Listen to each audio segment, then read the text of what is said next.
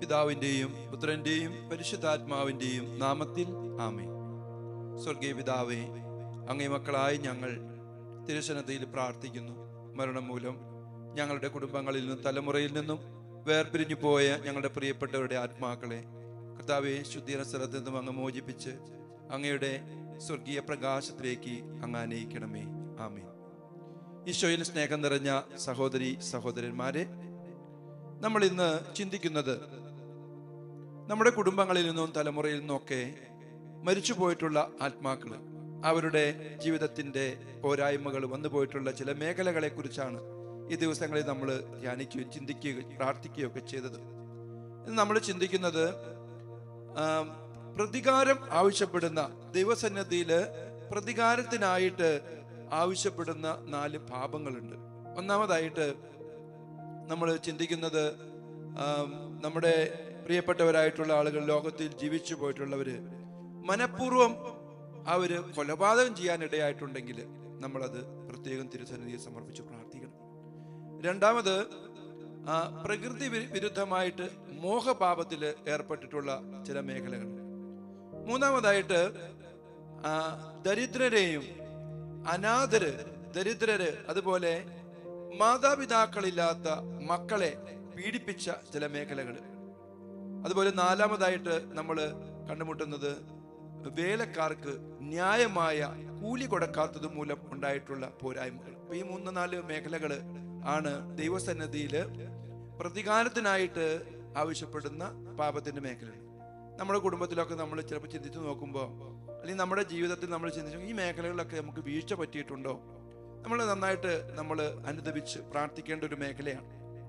അതോടൊപ്പം നമ്മുടെ കുടുംബത്തിലും തലമുറയിലും ഒക്കെ ഇന്ന് മരിച്ചു പോയിട്ട് ശുദ്ധീകരണ സ്ഥലത്തായിരിക്കുന്ന ആത്മാക്കൾ, ഈ മേഖലകളിൽ അവർക്ക് വീഴ്ച വന്നിട്ടുണ്ടെങ്കിൽ, പ്രത്യേകിച്ചും മനഃപൂർവ്വം കരുതി കൂട്ടി ഈ കൊലപാതകം എന്ന വലിയ നീച പാപം ചെയ്തിട്ടുള്ള വ്യക്തികൾ, അവരുടെ ആത്മാക്കള് ഇപ്പോഴും ദൈവസന്നിധിയിലേക്ക് പോകാനിടെ പറ്റാതെ ശുദ്ധീകരണ സ്ഥലത്ത് കഴിയുന്നുണ്ടെങ്കിൽ നമ്മൾ അവർക്ക് വേണ്ടിയിട്ട് പ്രത്യേകമായിട്ട് ഈ മേഖലയെ സമർപ്പിച്ച് പ്രാർത്ഥിക്കണം, വലിയ കർപ്പിച്ച് പ്രാർത്ഥിക്കണം. അതുപോലെ തന്നെ പ്രകൃതി വിരുദ്ധമായ മോഹപാപം എന്ന് പറഞ്ഞാൽ ജഡമോഹം നമ്മൾ കണ്ടു. യാക്കോബ് ശ്ലീഹായുടെ ലേഖനത്തില് അതിന്റെ 1-ാം അധ്യായത്തിൽ കണ്ടു 14, 15 വാക്യങ്ങളില് ഒരുവൻ പരീക്ഷിക്കപ്പെടുന്നത് സ്വന്തം ദുർമോഹത്താൽ വശീകരിക്കപ്പെട്ട് കുടുക്കിലാകുമ്പോഴാണ്. ഈ ദുർമോഹമാണ് പാപത്തെ ജനിപ്പിക്കുന്നത്. പാപം പൂർണ്ണ വളർച്ച എത്തുമ്പോൾ മരണത്തെ ജനിപ്പിക്കുന്ന ആത്മീയ മരണത്തിലേക്ക് പോവാണ്. അതുകൊണ്ട് ഈ ജഡത്തിന്റെ മേഖല ഇന്ന് വലിയൊരു മേഖലയാണ്. പ്രത്യേകിച്ച് നമ്മൾ സോഷ്യൽ മീഡിയക്ക് ഇതുപോലെ അതിപ്രസരത്തില് മനുഷ്യ മക്കളൊക്കെ അതിനകത്ത് കുടുങ്ങിക്കിടക്കുകയാണ് ഈ മോഹപാപത്തില്. അപ്പൊ അതുകൊണ്ട് ഈ മേഖല പ്രത്യേകം ശ്രദ്ധിക്കണം. നമ്മൾ ജീവിച്ചിരിക്കുന്നവരായ നമ്മളും മരിച്ചു പോയിട്ടുള്ളവർക്ക് വേണ്ടിയിട്ട് നമ്മൾ പ്രാർത്ഥിക്കണം. കാരണം ദൈവസന്നിധിയിൽ പ്രതികാരം ആവശ്യപ്പെടുന്ന പാപത്തിന്റെ മേഖലകളാണ്. മൂന്നാമതായിട്ട് നമ്മൾ കാണുന്നത് പിന്നെ അനാഥര്, അതുപോലെ വിധവകള്, മാതാപിതാക്കളില്ലാത്ത മക്കള്, അവരെയൊക്കെ പീഡിപ്പിച്ചിട്ടുള്ള, വേദനിപ്പിച്ചിട്ടുള്ള ചില മേഖല, പാപത്തിന്റെ മേഖലകൾ ഉണ്ടാകാം. അതുപോലെ തന്നെ 4-മതായിട്ട് ജോലിക്കാർക്ക് ന്യായമായ കൂലി കൊടുക്കാത്തത് മൂലം നമ്മുടെ മേലിൽ കടങ്ങൾ വന്ന് നിൽപ്പുണ്ട്. ഈ കടങ്ങൾ വീട്ടപ്പെടണം.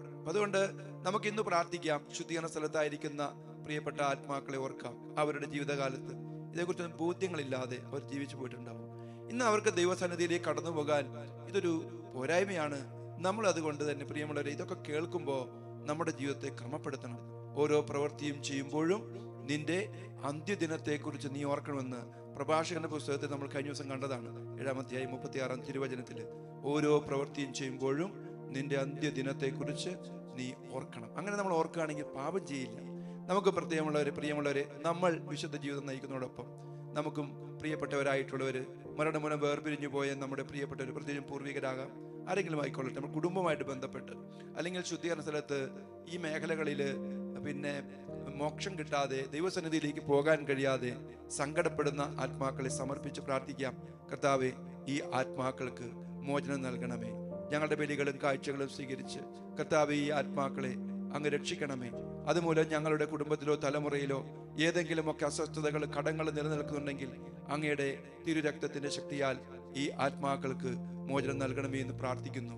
സ്വർഗീയ പിതാവേ, അങ്ങയുടെ ഏകപുത്രനും ഞങ്ങളുടെ കർത്താവുമായ ഈശോ മിശിഹായുടെ തിരുരക്തം ഇന്ന് ലോകമെമ്പാടും അർപ്പിക്കപ്പെടുന്ന ദിവ്യബലികളോടൊത്തു ചേർത്ത് ശുദ്ധീകരണ സ്ഥലത്തിലെ എല്ലാ ആത്മാക്കൾക്കു വേണ്ടിയും ലോകം മുഴുവനുമുള്ള തിരുസഭയിലും ഞങ്ങളുടെ തലമുറയിലുമുള്ള കുടുംബത്തിലുമുള്ള എല്ലാ പാപികളുടെയും മോചനത്തിനു വേണ്ടിയും രക്ഷയ്ക്ക് വേണ്ടിയും ഞങ്ങൾ കാഴ്ചവെക്കുന്നു. ആമേൻ.